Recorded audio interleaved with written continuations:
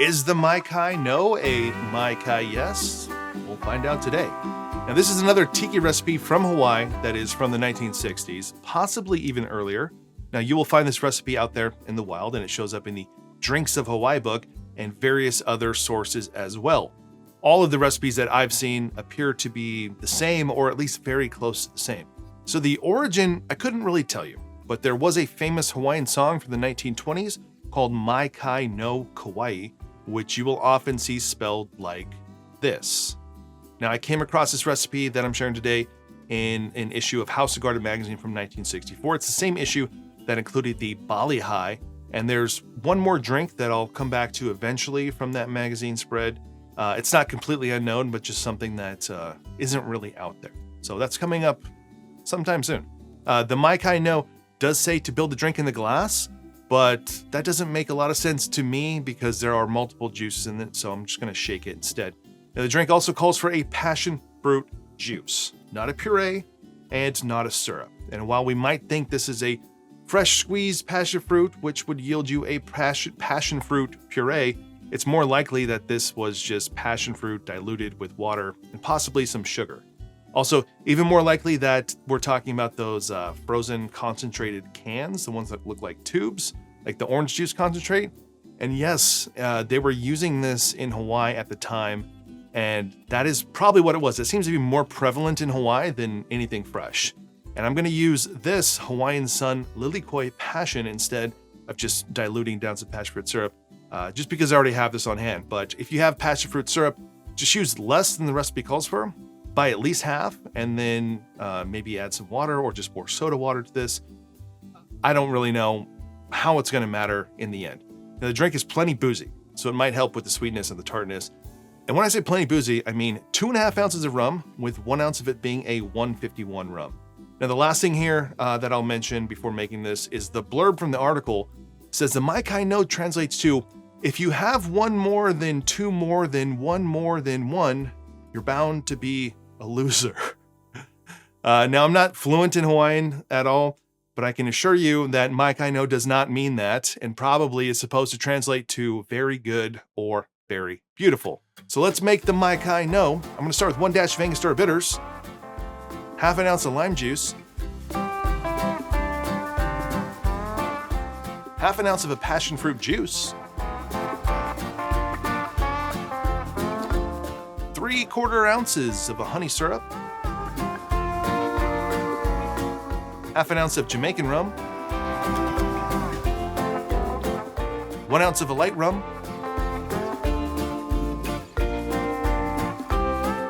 and 1 ounce of a 151 Demerara Rum.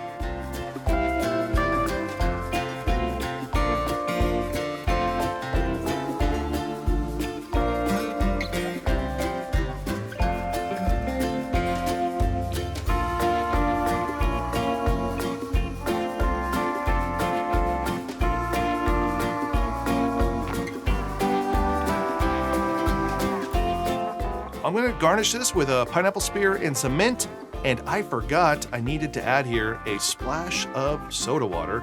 So there you go, the Mai Kai No from Hawaii, I don't know, in the 1960s, maybe earlier, who really knows. All right, let's try the Mai Kai No. Cheers. Super strong, it's aggressively strong.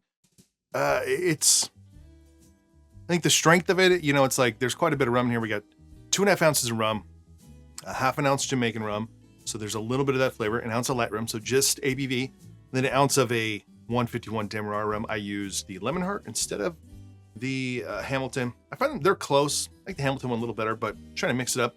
There's an intensity to this, and it's actually exactly what I expect from this cocktail.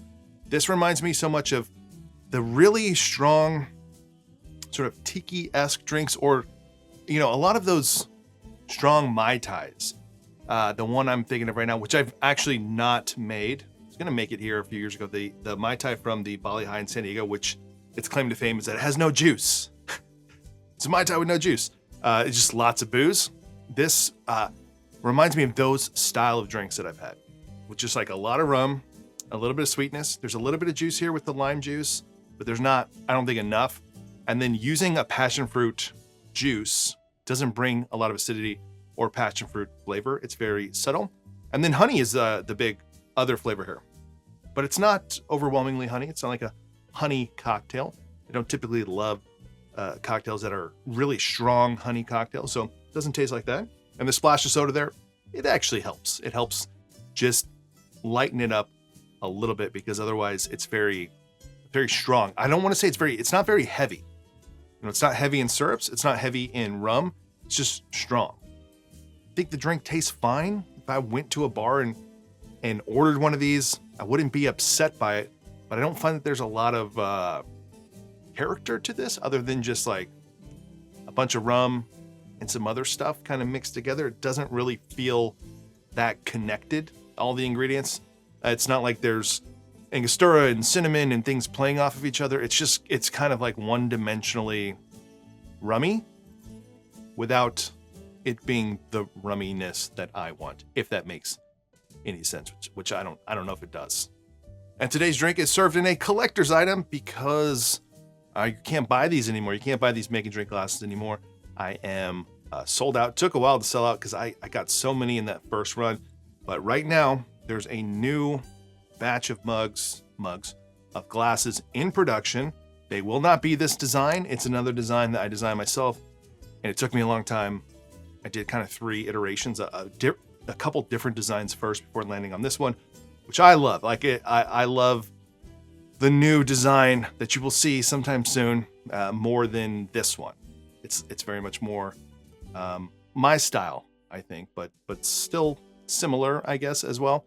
And those will be coming, I don't know, probably in the next couple weeks or months. So if you want to get one, stay tuned for that.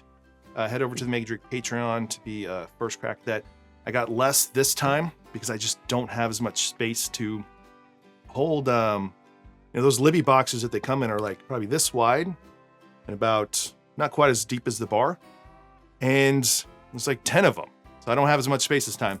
And I'm going to keep probably doing this way, do it like smaller orders, save some of them for Patreon, and then we'll run out. I'll just have to do different batches. But I'm excited one day, in the future, to be thrift shopping and to find one of my glasses on a shelf somewhere.